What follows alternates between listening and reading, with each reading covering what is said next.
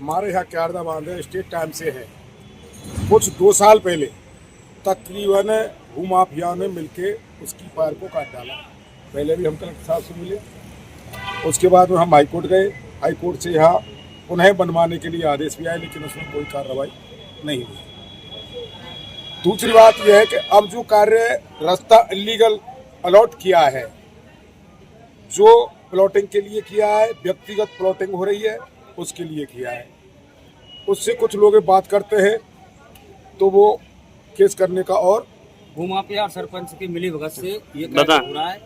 और सरपंच उसमें मिला हुआ है और नाजायज रास्ता निकाल रहा है, चारागाह भूमि में होकर रास्ता निकाल रहा है। और जब हम उसकी शिकायत करते हैं तो हमको 3 एक्ट की धमकी देता है कि जो भी वहाँ शिकायत करने हमारे विपक्ष में जाएगा उसको हम 3 एक्ट की केस करेंगे।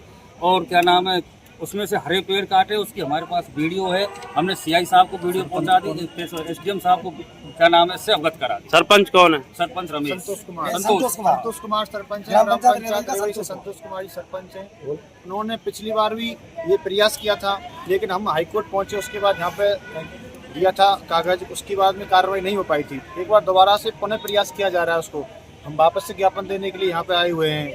हम चाहते हैं कि इसमें जल्दी से जल्दी कार्रवाई होए। और सरपंच साहब इसमें मिले हुए हैं कुछ मुआफियाओं के साथ में, उसको पैसे लेकर बगैर कोई आम सबक किए हुए एनओसी प्रदान कर रहे हैं अपनी मर्जी के। नहीं, चरागाह भूमि से अगर कोई रास्ता वगैरह निकाला जाता है तो जिला कलेक्टर के नियमानुसार जो मीटिंग बैठा करके उससे आज तक उन्होंने कोई भी मीटिंग नहीं ली है। अपनी मर्जी के अकॉर्डिंग ही वो वार्ड पंच वगैरह किसी को भी कोई सूचना नहीं है। आज तक गाँव में। आप कौन है? श्याम सिंह। क्या पद है आप पे? वार्ड पंच हो आप? नहीं, वार्ड पंच अपना ही बच्चा है। अच्छा, पर आज तक उन्होंने कोई मीटिंग ही नहीं की है। घर घर आता है, वार्ड पंचों के साइन करा ले जाता है बस। तो अब क्या आज मांग की है कलेक्टर से आप? उनको भी दोबारा सुना है कलेक्टर साहब ने हमने, और दोबारा हमने फिर कहा हाई कोर्ट में लगाई है। और इसने जो एक मरगटों के लिए जमीन अलॉट हुई है उसमें से कम 10,000 हरे पेड़ कटे गए, शीशम के, नीम के, और वो काट कर बेच दिए। उसकी मेरे पास हिंडौन प्रशासन इस मामले में कोई कार्रवाई कर रहा है? 5 दिन हो गए मंडी थाना में रिपोर्ट दिए हुए, आज तक हमारी रिपोर्ट दर्ज नहीं करी गई है। क्यों?